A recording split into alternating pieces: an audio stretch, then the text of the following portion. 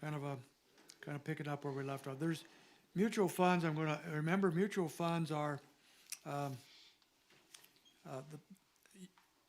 the mutual funds are these investment instruments in which you give money to a organization such as Vanguard, and they and you invest in a particular fund, and that fund is managed by professional managers of one kind or the other, and they might have 100 to 1,000 stocks in their portfolio, so you have big diversification.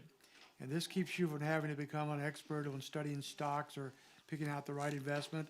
Your goal is to find the right mutual fund and let them do the work for you. And that's what almost all people should do, with rare exception. If you are one of those that really like this kind of stuff and want to do the research, you can invest individually in stocks and whatnot. But for most people, mutual funds is the way to go, or ETFs. I'll show the difference between the two in just a minute. But there are different kinds of them. This is kind of review. And if you didn't get one of these from last week, these financial pyramids, anybody not get one of these that want one?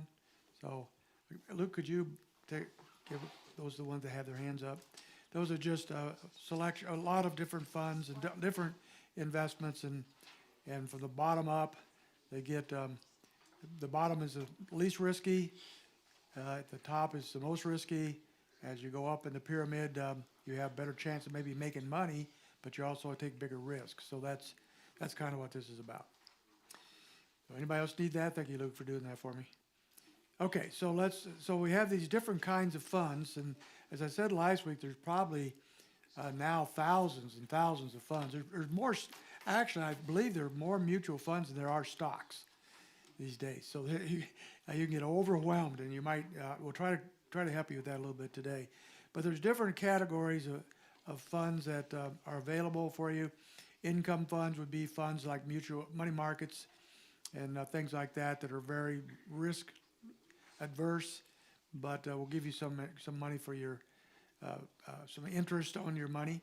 You got growth funds that are investing in things that are companies that are supposedly growing, getting bigger all the time, and you make money on their growth. Total return funds are funds that usually invest in both bonds and stocks, so they're a little more stable. You won't make the big bucks as rapidly, but then again, you won't lose as quickly either. So they're kind of in between. Sector funds are, you can invest in healthcare, you can invest in oil, you can invest in technology, in pretty much any sector you can think of that you're interested in. And if you think this year is going to be a great year for healthcare, then you might want to put money in that kind of a sector fund. Then there are international funds, which is exactly what it says. These are funds outside of the United States. They're investing, and there's a variety of those. You have funds for Japan, funds for Asia, funds for Europe, fund for emerging markets, that's smaller countries like Brazil or someplace that are more risky, but also sometimes do well. So you have these international funds. So there's a lot of variety, and that can be very overwhelming to a lot of people. One thing I want to point out is, as you're investing in funds, if you look at a newspaper, which a few of you probably ever do anymore, but you can also go online and get this. And so there are two different kinds of basic funds. There's funds that have a no load, that NL up here, and there's funds that charge a commission or a load. They usually call it load, but that's a commission. So here, for example, Franklin Templeton is a fund, a big company, that at this time, this may not be today, it's kind of old, but if you bought that fund, either directly through them or through a broker, you would pay a 5.75% commission or load to buy that fund. Okay, and so a lot of times if you're going through a broker of some kind, you're paying these loads. Not always, depends on how it's structured. But then you have all these other kind of funds that have no load, and so you can see that there. In other words, you don't pay any commission to buy those funds.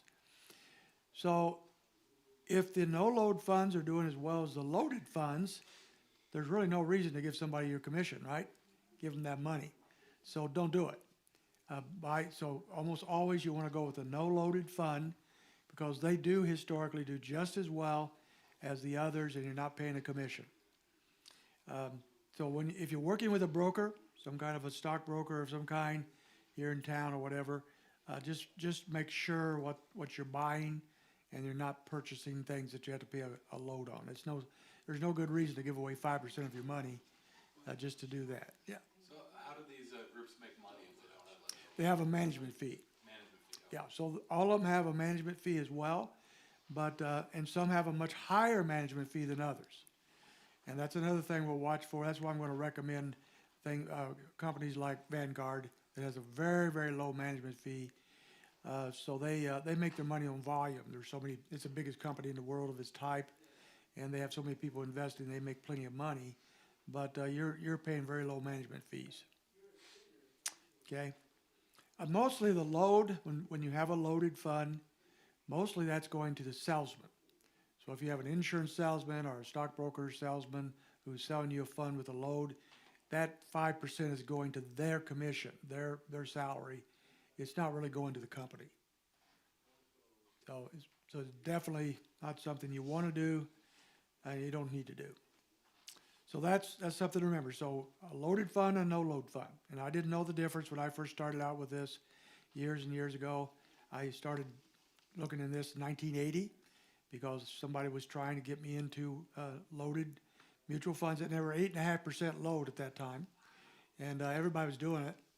And they would show you on paper how pioneer funds, for example, were doing so great. And they were doing well. Then as I researched it, I found no load funds that had done better, and I didn't have to pay that commission. But I didn't even know they existed at the time. So this is educational to learn that. Most of them don't pay that high, have that high of a load anymore because of competition. So Gary, Yeah. something ridiculous like even 5%, almost 6% is crazy money. It is. In a loaded fund. So that would mean that every $6 out of every 100 that someone's investing, that's money that they'll never see again, and they have to make that much on their money just to make Just to come back. just to come eat. Yeah, Right. that's right. So if you're putting in, you're putting in 10,000, you got to pay $600 commission. That's quite a hunk of change that will probably take you a year or two to get back before you even start making money. And then you pay it again the next year, right? No, only when you buy it. Okay, just Only when you buy it. Yeah. Okay, so something to remember. Some funds too, and I'm not just going to bring it up for information. Some funds will not charge you a commission up front, but they'll charge it when you take your money out. So make sure you know what you're buying is the bottom line on this kind of stuff. Okay, reasons to use mutual funds. I think I did touch these last time, but very quickly. You do get professional management, so it's a real good place to get started. You don't have to be an expert on all this. You can get somebody who knows what they're doing, who spend their whole life doing this, to do it for you. Professional management, and we'll show you in Vanguard in just a moment. We're going to go online. I'll show you. They really want you to get their advisory people who will charge you money to advise you. So I'll show you that in a minute. Another thing is diversification. So by buying a no-loaded mutual fund, you have immediate diversification because that fund is probably invested in 500 different stocks. So you can never have enough money unless you're Elon Musk to diversify that much. So it is a good diversification because you could buy, for example, you could buy the best technology company in the world, which is probably Apple, and think you're safe, but Apple could have a real bad year. And they're having a lot of pressure right now from China, so they could have a bad year. They've done very well, but this might not be their year, and you buy it just at the time when it's going down. But if you have a technology fund, it would invest in Apple and another 400 technologies. So if one stock does bad, the others can pull it up. So it's diversification, and diversification is good in investing. It keeps records for you. I mentioned this last week, especially for tax time, which is coming up. I think, last I knew, they're supposed to make available all their records by the 15th of February. I believe that's the right thing. So if you want to do your taxes, you should have that in hand, or you can get it online if you haven't mailed it to you yet. And that's very handy because in the good old days you had to keep your own records, and these are the better old days, and they do that for you. The automatic reinvestment of dividends, and I recommend this. If you buy a mutual fund, they'll ask you, do you want to automatically reinvest your dividends? Which means every quarter they're going to give you some kind of dividends. If you reinvest it, they will buy more shares for you in that, and over time that builds up. So it's a good thing to automatically reinvest the dividends. Now let me say this though, and hopefully this doesn't overwhelm you, but a mutual fund dividend is different than a stock dividend. A stock dividend, let's say you buy AT&T. I have some AT&T stock. Symbol is T if you want to check it out. And it has a dividend of about 5 to 6% last time I looked. So that means if I bought I don't know what they're selling for right now, but if I bought that stock, I have $100 in AT&T, then every year they give me 6% extra money. It's my money. It's a gift, more or less. It's a dividend. So every year on my $100, I'll get $6. Okay, so I reinvest. That is reinvested in that stock, and it buys more stock for me, and it builds up over time. Or if you want to, you can have them mail you a check, and you can take that money out, and some people actually live on those dividends. Mutual funds are not like that. Mutual funds are required by law to pay out a dividend every year and sometimes several times a year. And when they pay you a dividend, they're not giving you more money. This is tricky and very confusing to people. What they're going to do, and this is because of the tax laws. They don't like to do this, but tax laws make them. They drop the price of the share. Let's say the share price was $20, and they're going to pay you a $5 dividend.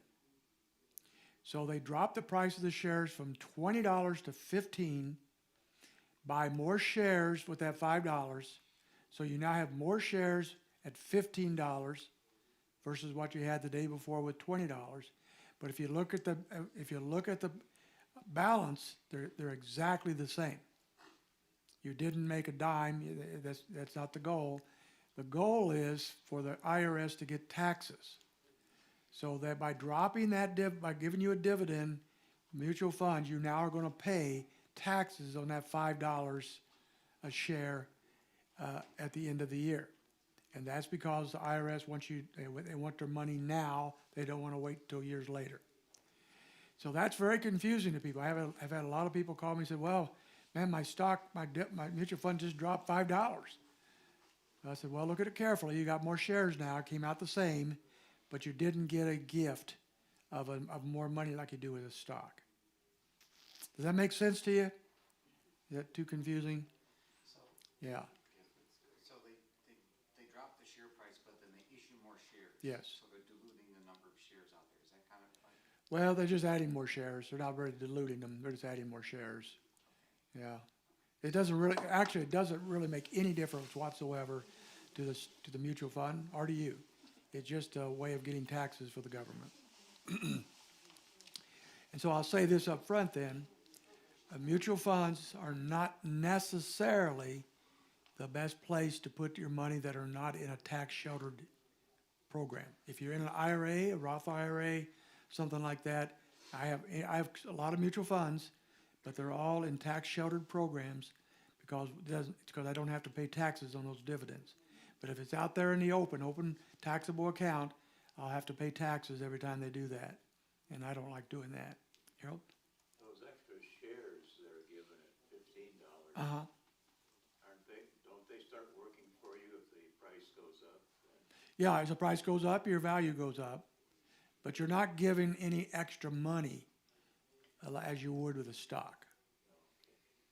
So if my value, for example, the value of my mutual fund was $10,000, and then they gave a dividend, dropped the shares, blah, blah, blah, then the next day the value of my shares are still $10,000. And as the mutual fund goes up in value, then the stock value, the mutual fund value goes up too. Just a tax gimmick, which makes them difficult to use outside of tax-sheltered stuff, which we'll talk about in the future. There's a ready market for buying and selling shares. You can do this in a moment of time. You can do it on your iPhone right now. If you have something like this, that makes it easy to do, but it also makes it, you gotta be careful what you do. Don't poke the wrong button, right? But you can buy and sell just instantaneously. To buy, you'll have to have money somewhere that is transferred over. So you might have money in a money market with that company, and you can buy with that money market. You might have a link to your bank, and you can take money out of your bank. But you can buy and sell just online very easily. And there's a variety of objectives. Some are you're trying to save your income. Some are trying to grow a lot of growth, whatever your objective might be. So they're very usable, very handy. They're the place that almost every amateur investor ought to be. And I think pretty much every amateur investor ought to be in mutual funds. That's the place to be. Long-term growth is excellent, as I'll show you in a moment. And it's really something that this is what you should do if you're the normal person, okay? Unless you're really love, like I said a moment ago, studying stocks and that kind of stuff, and especially if you don't even know what you're doing hardly, mutual funds is the way to go. Now there's something else as well, and this is called exchange-traded funds, or ETFs. So this is a more recent invention, and you hear a lot about this, and you'll see it on the news and whatever, and say, what in the world's an ETF? So let me give you what the information on that. An exchange-traded fund, ETF, is a type of investment fund that can be bought and sold on a stock exchange like a stock. ETFs are made up of a collection of assets, such as stocks and bonds and commodities, are designed to track a performance of a specific market index or sector. In other words, they're identical to mutual funds. There's some differences, but as far as what they're doing is they're pooling your money with a lot of other people's money to buy a whole basket full of investments so that you don't have to go out there and buy your own individual stuff. So ETFs are virtually the same, but there are some differences. Let me get to that, how they differ. ETFs trade like stocks throughout the day.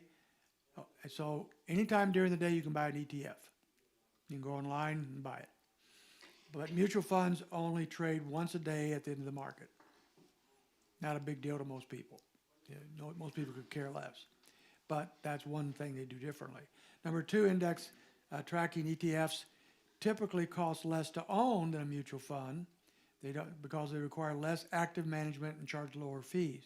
That's not altogether true. With Vanguard in particular, I don't think the fees are much different at all. So you don't really gain anything that way too much by ETFs or mutual funds. ETFs often provide more tax advantages since investors only pay capital gains taxes when they sell their shares. Now, remember I just said mutual funds, they give these dividends several times a year and you have to pay taxes on them. ETFs don't do that. ETFs, you only pay capital gain taxes when you sell your ETF shares, just like a stock. Hopefully at a gain. Yeah, if you lose, it's the same way. You get, it's the other way around. But that's a real advantage for people that they want to have basically a mutual fund in an open account that's not tax sheltered, because you can buy an ETF, let's say, in income investment or capital or growth, capital gain stuff, and you don't pay taxes. You might have it for 10 years. And you don't pay any taxes until you sell it, just like a stock. So that's really kind of an advantage to people. So ETFs are different in that way. Number four, mutual funds offer benefits like professional active management and stronger oversight, though these features usually come with a higher cost. Five, both investments types can help you diversify by owning hundreds or thousands of different stocks or bonds, even with a modest investment. So, like I said, they are virtually the same thing as mutual funds, except they trade like stocks instead of mutual funds, and there's a different tax situation. That's basically it. Any questions on that? Does that make sense? Would you say that EFTs are more of a short-term investment, 5 to 10 years, versus a mutual? Wouldn't have to be. Longer? No, it wouldn't have to be a shorter term. It'd be just like a stock. Like Warren Buffett, who's their world's greatest investor, thinks you ought to be, huh? That's in my boss. Your boss? Does he own you too? No, he owns the railroad. That's what I meant. Yeah, that's you personally, but the railroad. Yeah, yeah. As far as you know, you're not owned by anybody, right? Yeah, his philosophy is you find something worth investing in, you keep it forever. So if you find a good ETF's making you money, leave it alone. Aren't there ETFs that trade the indexes too? Yes, they're just like mutual funds. So you can get an index one. Yeah, Gary? If you have a mutual fund and it makes a dividend and you pay taxes on that dividend, the ETF doesn't, when you sell your ETF, then will you be paying more If you make more, if you make more? so let's say you, At one time. yeah, let's say you bought your ETF for $10,000. And 3 years, 5 years later, you sell it for $20,000.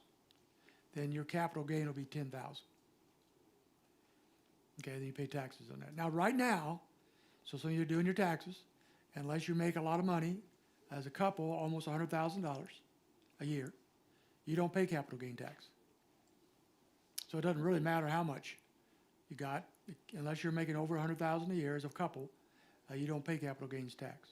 Now, that's something I think Trump put in place when he was president, and he's back. So as far as I know, that's not going to go away. Kim? So, with the extra taxes involved with being in a mutual fund, why do they even exist anymore? Why don't you just always be in an ETF? Well, in my opinion, on an open account, not a retirement account, that's what you ought to do. But in a retirement account, the mutual funds perform very well, and tax stuff doesn't matter. So I guess that's the answer to that. Yeah, there's a little more management for the mutual funds sometimes than the ETFs, but there's not a great deal of difference. Probably one day the ETFs will overtake them totally. I don't know. There's just so many of them.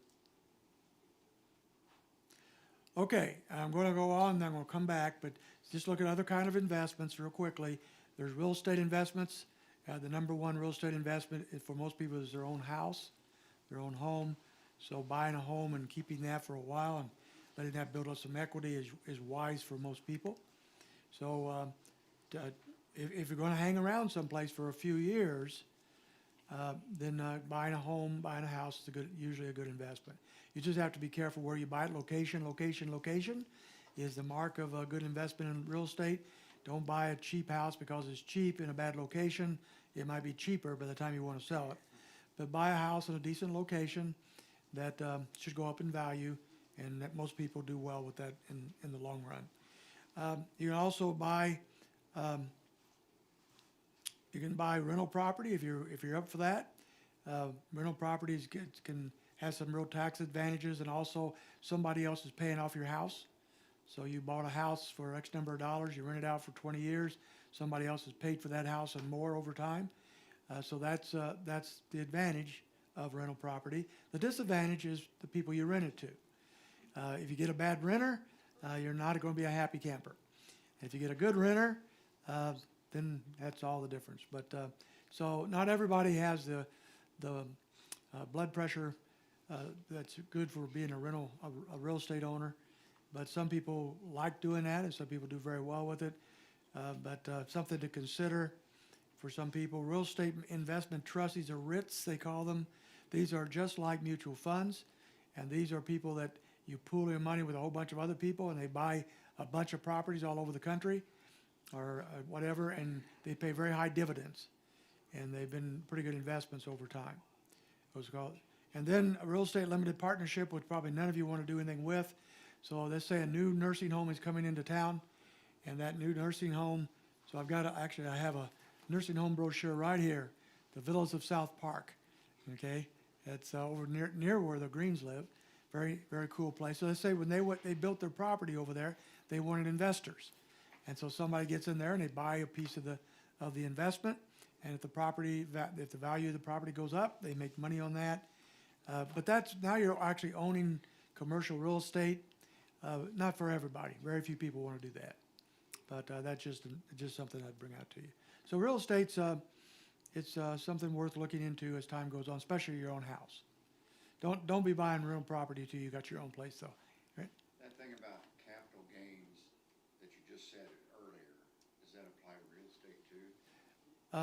Yes, well, now, on your own house, so if you have capital gains on your own house, you're sheltered up to $250,000 in, you don't have to pay up to $250,000 gain on your own house. On rental property, that's different. So rental property, you have to pay if your rental property went up from 50,000 to 60,000 and you sold it, you'd have to pay the capital gains on that. Well, you said if somebody was making under 100,000, they wouldn't pay capital gains. Does that apply for real estate? I don't think so, and I'm not 100% sure on that. I don't think so. Double check with an accountant on that one. Yeah. Okay.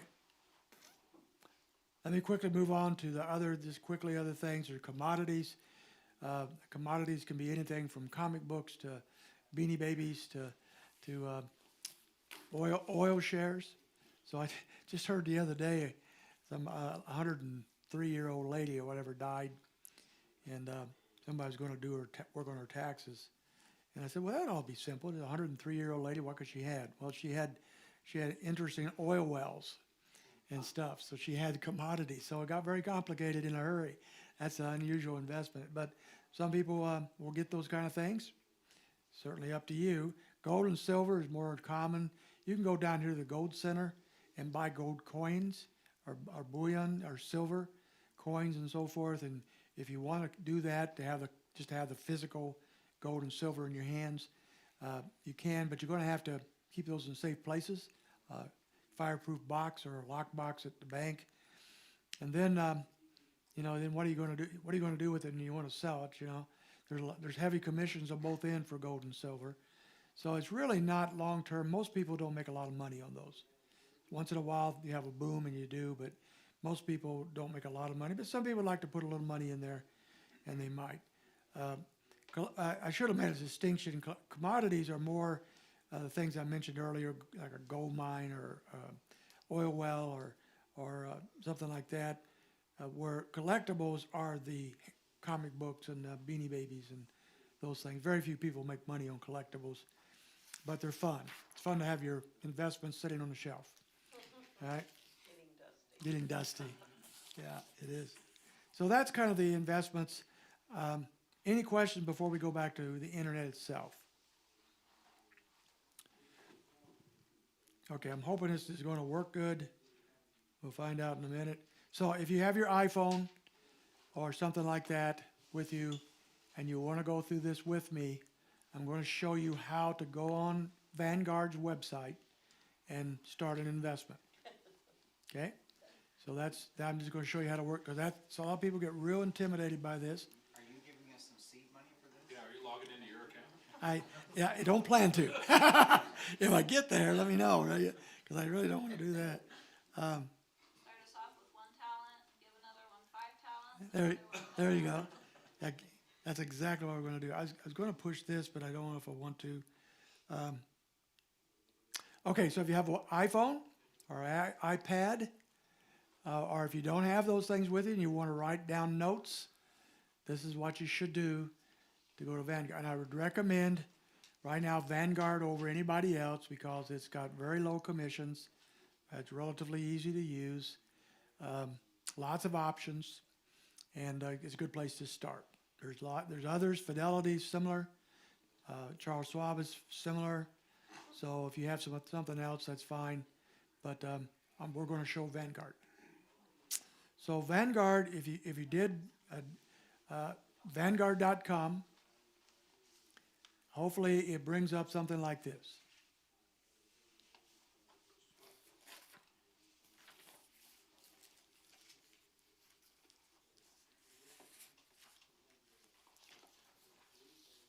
Okay, so you want to, now, if you want to,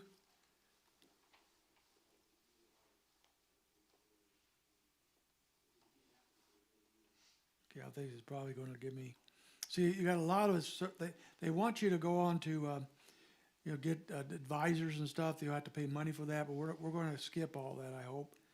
And you can look at that information, but I'm hoping this works like I would plan to it. Okay, it didn't. Okay. Okay. let's get this, let's just start out fresh.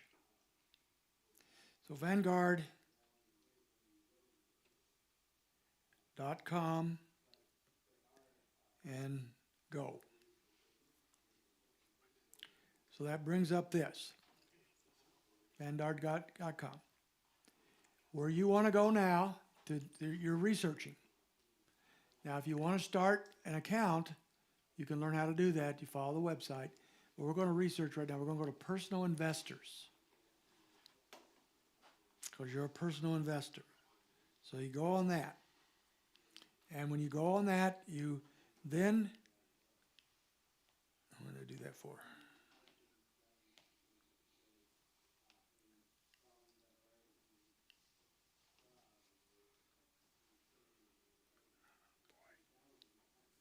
For some reason, this does crazy things to me sometimes. Let's see.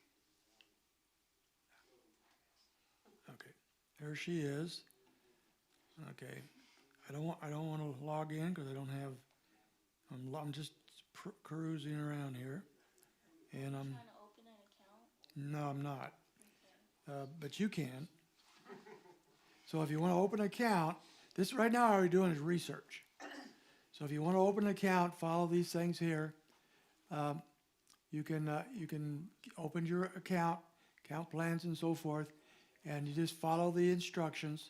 So you set up all your information, just follow the instructions. But I'm going to do research. We want to see what they have available. So I'm going down to the bottom of this page here, and I'm going to look at investment products overview. I want to see what they have for me, what I could use, okay? So I'm going to go down to that. I'm going to push that. Okay, so they're going to have things like mutual funds and ETFs we just talked about. So let's start with mutual funds.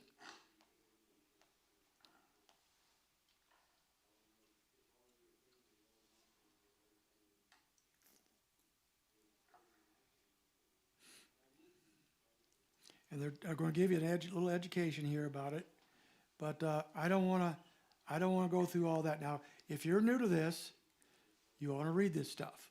Go through there, and I'm kind of rehearsing what I just gave you, but they'll give you more, and you can get yourself educated. And that's really the key here: education. Learn what's going on. But I'm going to go down here. See that little blue line that says "View Vanguard Mutual Fund List."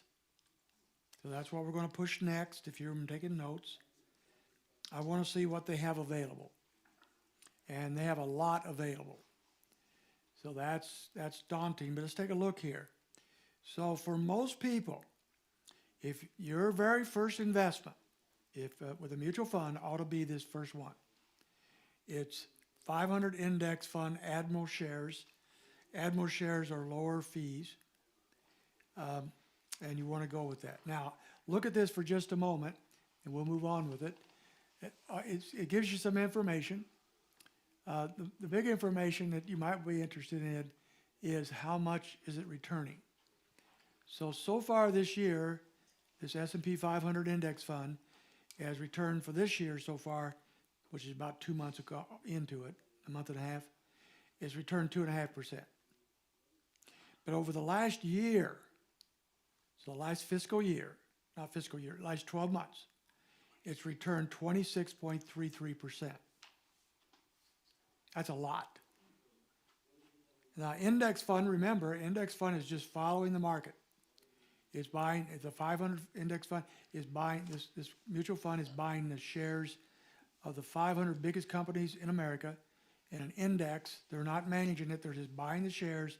If the market goes up, it goes up with it. Now, last year was a very good year, obviously. You don't get 26% every year. If you did, we'd all be driving our Ferraris in here and that kind of stuff, I suppose. But at any rate, that doesn't happen. But how's it do long term? Is it really a good long-term investment? Well, let's take a look. Over the last 5 years, it's returned on an annual basis over 15%. Year after year after year, 15%.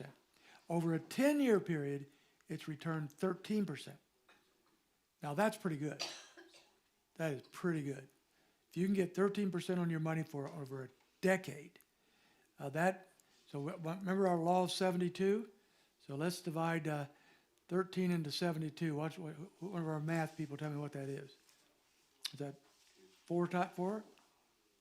What is it, Jim? What, 13 times 4? Huh? 6 times? Is 6? No, isn't it less? Yeah, 12 into 72 is 6, so it's roughly 6 times. So 13 would be a little less. So let's say 5. Let's say 5. Okay. So every 5 years, your money doubles. So you put $10,000 in this fund 10 years ago, and now it should be worth about 20. And if you kept it in for another 10 years, if it does the same thing, it'd be worth 40. And you kept it in another 10 years, and if it goes the same way, it's worth 80. Law of 72. That's pretty good. Now, we're not guaranteed that, but I think I said to you the other day, right now the average return on the S&P 500, going back into the 1800s, is 13%. Now, it was 11% until the last 2 years when they had big years, but even 11% isn't bad, right? Yeah. Another interesting number on that is the expense ratio at Yeah, look at that. 4%. So now, earlier I said, now they make their money by their management account. Your expense on that management account is 0.04%. That's almost nothing, especially when you think about a loaded fund. You just paid 5 or 6% to buy a loaded fund. This is 0.04. Now, some of these other funds are higher. And the reason why, notice here it says Vanguard advised only. In other words, they're giving you advice. And because they're giving you advice, they're charging you for that. But we are not looking for advice. We're looking for the minimal investment we can get here on that. So when we drop down to, for example, this Vanguard Balance Fund, Admiral, is 0.07. So these are some of the things you can get. So notice here, and all we're doing right now is looking at what these are. Now I'm going to poke this one here. So basically, if you're a novice at this, or you're not sure what you're doing, you don't need to know all about all these 800, 500 funds they have. Start right here and start educating yourself. So I'm going to poke on that one, hopefully, and it's going to bring up what this fund is about. So it's a large blend of funds, domestic stock fund. It has a 30-day yield. That simply means is the dividends are producing 1.1%. Doesn't matter too much in my opinion. Here's the important number for a lot of you, is you need a $3,000 minimum to start. Now, I do believe they waived that if you're doing it in a retirement account, and you don't have to have that much. And I do know they do the same thing for children funds. So you're putting money in for your kids. You don't necessarily have to have $3,000, but $3,000 is the minimum. So if you don't have that, save that up to do it, okay? And this here is the actual price of the fund. It really doesn't make any difference to you at all. You're just putting money in there. And now let's go on down a little further. So it also says there it's available as an EFT starting at the Yes. $1. Yes. So that would be like the same. Would that be a good item under EFTs to get as well? It would be. And I'm going to, that's a good point. Let me come right back to that. Let me do a little bit more here and come back to that. But that's a good point. So go down here a little further and you see some of the same information. It shows you a little bar chart if you like all that kind of stuff. Here is the total return over several years, once again, and just general information. And so look here, there's no purchase fee, there's no redemption fee, and there's no 12B1 fee, which I'm not even going to talk to you about. That's simply a rip-off fee that a lot of mutual funds charge to get money out of you. Vanguard doesn't do that. So that's another reason I like Vanguard. They're very minimal in expenses. So you get to put all your money to work, no matter how little it is or how big it is. That's very important in long term. You know, you might not think these, like the management fee matters much, but over a long period of time it does. Now that was a very good question about the EFTs. So let's look at that quickly, where's that at? Okay, so it's also available as an ETF. So, starting at $1. So I'm gonna poke on that, see what we got. So that's gonna bring us up to a same kind of fund, a Vanguard S&P 500 ETF. Now, the advantage of that is, oops, my thing doesn't like it, does it? It should have basically the same return on your investment. So look at the return on your investment first of all. And by the way, notice this here. When you're going on here and doing research, they all have these little symbols. And it makes it easier for you to find what you're looking for. So VOO is the symbol for this ETF. So you can go on the line and pop up VOO and bring up this very quickly. But notice how it's done. Virtually the same as the mutual fund. Hardly any difference at all. Okay, here is the primary difference. That's not going to help me. Here's the primary difference in this. You can buy an ETF for $1. So if you don't have $3,000, but you want to get started in this, you got $20, $50 in the bank that you want to get rolling, you can buy an ETF. There's no minimum. So that gets you going. Now I think the number one thing in learning how to do these kinds of things is to do it. And don't put a whole bunch of money in something you don't understand, but do something, even $50, and you'll start to learn. Didn't you? When you're diversifying, how do you know what percentage to put in each? Okay, that's a good question, diversification. So here's just a rule of thumb that I would suggest. And I'm going to look at some other funds real quickly. But if you want to diversify into different kinds of funds, start off with this one until you have, I'd say, $5,000 to $10,000 in there. So you don't have to worry about it for a while, right? Okay. Then when you get 5 or 10, and you want to do some other diversification, then you get a different kind of fund. So start with one at a time. One at a time and build up. I think it's a mistake. I think some investment advisors, if you have $10,000, they'll put you in 4 different funds, and that's just kind of overwhelming. Just one fund will do it for now, and then diversify as you get more money. So I'd say at least 10,000 before you start to diversify, maybe even more. Yeah. So since it's an exchange-traded Uh-huh. fund, is there a trading fee, like $7 trading fee or something? No, I don't think with Vanguard there's any fee to trade. Vanguard also has a brokerage, so you can do stocks and ETFs, and there's no commission that I know of with Vanguard, which is amazing. It used to be, I remember when I first started this, to buy $200 worth of stocks cost me $60 in commissions. Wow, that wasn't good. Well, in previous weeks, you've mentioned diversification, and this is diversified. It is diverse. 500 companies in there, and it's even international in a way of speaking, because they may be U.S. companies, but there's Walgreens all over the world, there's Yeah. General Motors all over the world. Apples, yep. Yeah, so you're right. So until you start really getting some serious money, most people do not need any other more diversification. And this is the place to start. You, Larry? Can you put those into an IRA? Yes. Yeah, and we'll look at retirement accounts maybe next time. But IRAs, Roth IRAs, if you have a plan at work, you can do it there. All of these are, these are fine for those. Matter of fact, they're a good, perfect place for them. I was just thinking, how many people are gonna make 26.33% diversifying On their own. On on the, their own? virtually nobody. That's your real rocket science of an investor. So but again, I want to be very clear here. This is a really good year. So if you didn't make money last year, you were doing something really wrong. So what happened to it?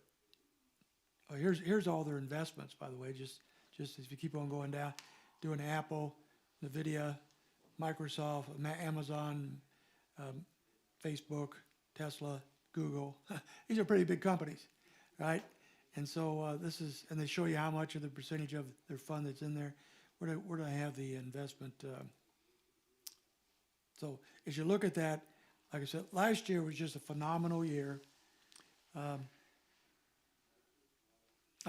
In my own personal stuff, I made more money last year than any other year I've ever done this, because it was, I mean, you just don't do that every year. You know, it'd be nice if you did, but you don't. But if you can do this, 15% over 5, 13 over 10, gracious. That's pretty good. Yeah. It takes a little bit of guts too, to wade through some of the losses, because it's possible you lose 20% Yes. one year, but over Long several periods. years, you're gonna make money on that. I Okay. remember early on when I started kind of a 10-year plan to get things going, that, my third year in, I lost 40%.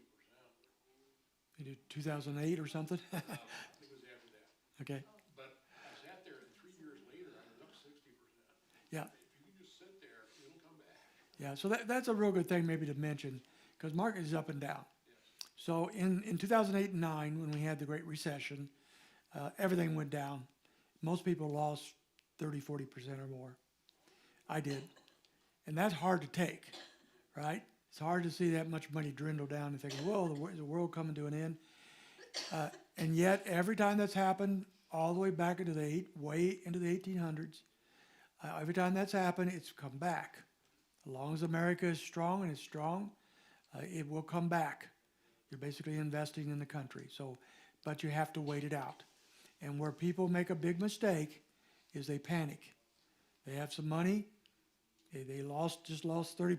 That hurts. Ooh, that hurts. So let's say you had $100,000 in your IRA and you just lost $30,000 bucks. That isn't conducive for sleep. But if you wait it out, it comes back. Like I said, 60% later. Since the Great Recession, the stock market is, I don't know, quadrupled at least. It was 3 years after that, I was up 60. Yeah, I'm not sure what the number is, but it's at least quadrupled since then. And we've been up for a while, so we're about due for going down somewhere along the line. It's painful. It's part of what it is. So that's why if you have money in these kind of investments, make sure it's money you don't need right now. If you're going to need that money in the next 2 years, you probably shouldn't have it in these kinds of things. So if you're going to buy a house or go to college or whatever, you got to be careful, because the market can really go up and down. So we had these 2 great years. Last year was great. The year before that was pretty good. The year before that, everybody lost money. Market was down. But over a 3-year period, including one really bad year, it's up 12%. Maybe one way to think about it is when the market tanks, like maybe it did in 08, 09, or like it did, in 22, I think it was down quite a bit. But if someone's in there for the long term, then it's like buying it on sale. Yeah. It goes down 40%. It's like going to the clothing store and it's a 40% off sale and you buy it. Yeah. As long as you're buying good investments, and that's why you buy the things like this index funds. Kim? And if you panic and you sell in the middle of that, you made that a permanent loss. Yeah, once you lose it, you lost it. Because Yeah. if it goes down 30% and you sell at that point, now you've taken a loss, and then you sit there and wait for the market to come up. And usually by the time you decided it's time to get back in, the market is already Okay, and that's the typical investor. That's why most people don't make money. They panic and sell when they shouldn't. Then they buy when it gets real high, because now they're happy, and then just before it tanks again, and so they lose it on both ends, and that's not good. Garrett? What made last year such a great year? Is it like the COVID rebound, or is it just? You know, I don't really know exactly. The technology company's been going great guns. Yeah, I know and that- Nvidia went crazy there Yeah. for a moment. And Apple's been doing wonderful. The big 7, the Magnificent 7 they call them, they've been doing great. And that's carried a lot of this. And most, as you see on this, even on this chart here, almost all these big funds are investing in the Magnificent 7. So those funds went up, those companies went up. The video, how much that go up last year? 200 or 300%. You know, that helps the averages a bunch. Nancy Pelosi loves Nvidia. Does she? Oh, yeah. I'm going to sell. Sell. I heard Elon Musk is going to have a $40 million commercial on Super Bowl tonight, so I'll be interested to hear that. But anyway, so these people, they buy these things, and let me look at a couple more things with you before we're done here. I think I can go back here. So let's say you want to do some research. I think I can get this working, yeah.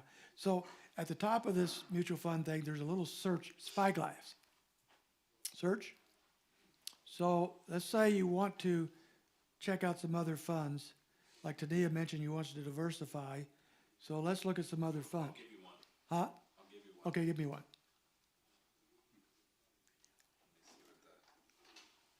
And usually you have to go by the little handle. They give you the 3 or 4, 5 little names. With Vanguard, they all start with V. So we're off to a good start here. You're looking for that Bitcoin ETF there, Brent? No. The one that bets on horses, he's trying to find that one. All right, it's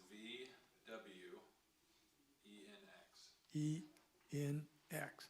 So you push that up there, you push the search button, and it brings it up. It's Vanguard Wellington. Okay, I have that one. This has been a standard for years. It's a very balanced fund. It's a fund that invests in stocks and bonds. So it's a little safer, less up and down. It's kind of like almost the hallmark of Vanguard. Bond, You buy bonds. this is a bond. No, bonds and stocks. So they buy both, but it gives it a balance. So it's kind of more of a balanced type fund. And it doesn't, I'm not, look here, it isn't doing as well as the index fund. I don't know if we're going to do that or not. It's a little spendy to get into that thing,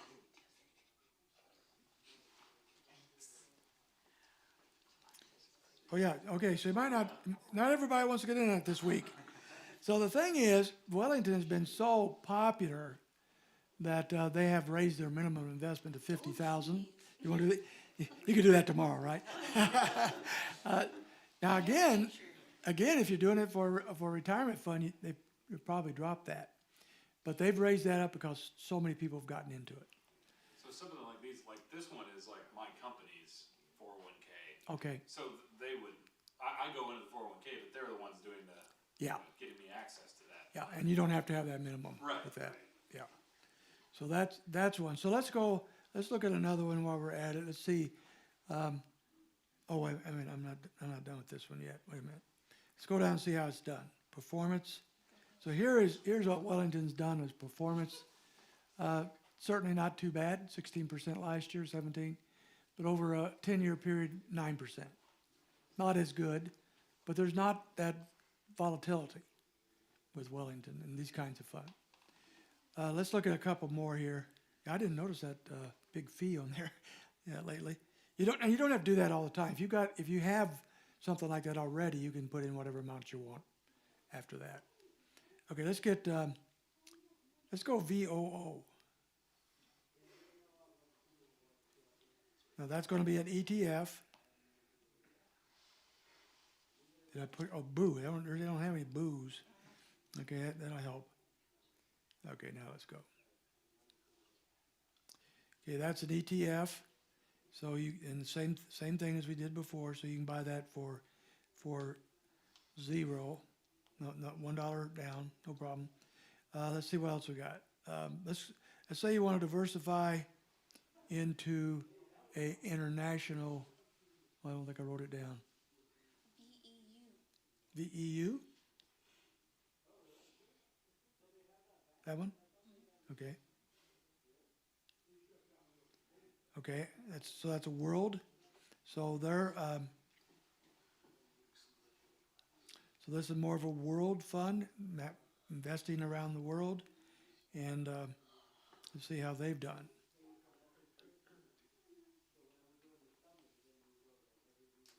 Very low expense ratio, and performance not as good. Okay. And that's because right now the world is scared. Everybody's flocking to America because of our stability. As bad as we are in some things, well, we're the most stable country in the world, of course. So people have been afraid all over the world because of wars and whatever else, and therefore the world funds are not doing as well right now. Now here's the thing, long term, everything has its day.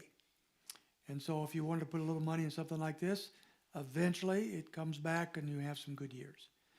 But those are things to keep in mind. Let me try this one. So this is a small cap, VSMAX.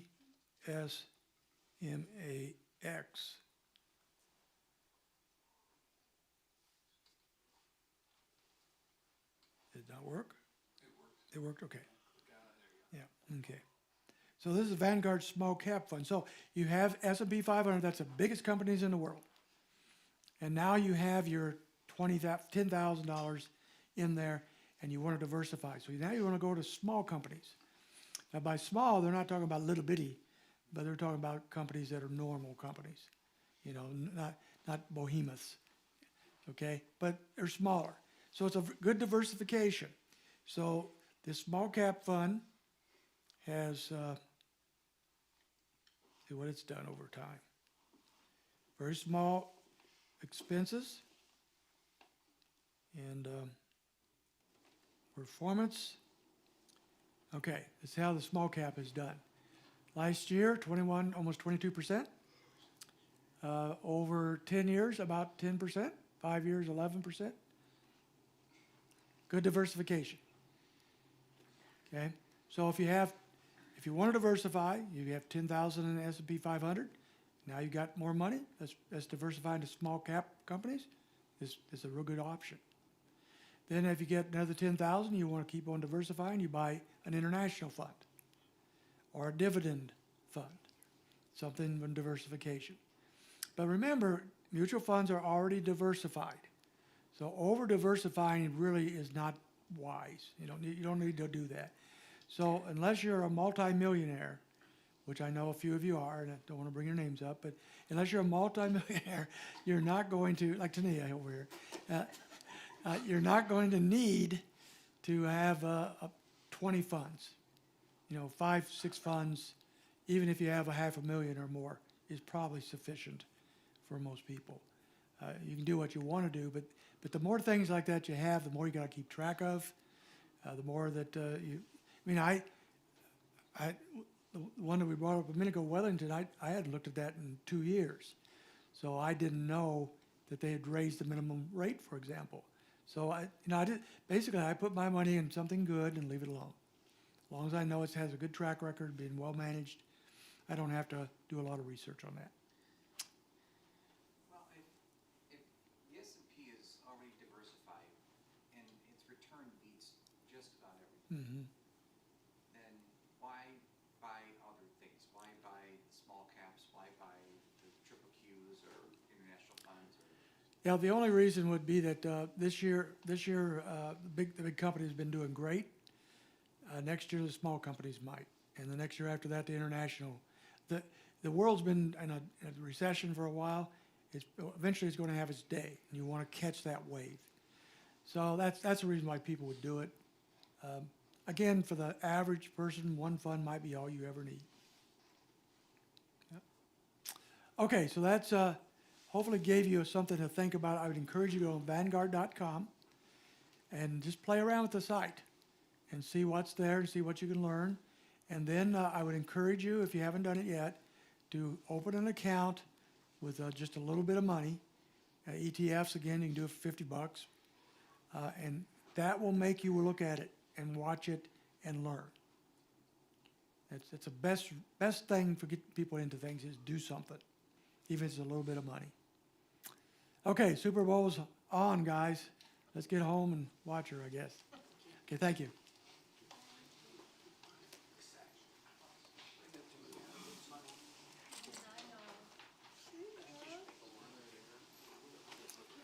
See you, Tina. Bye. Bye-bye.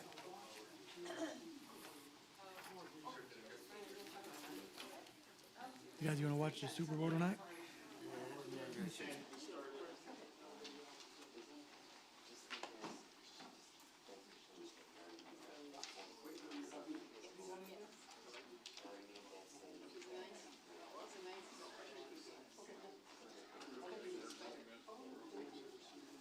Oh,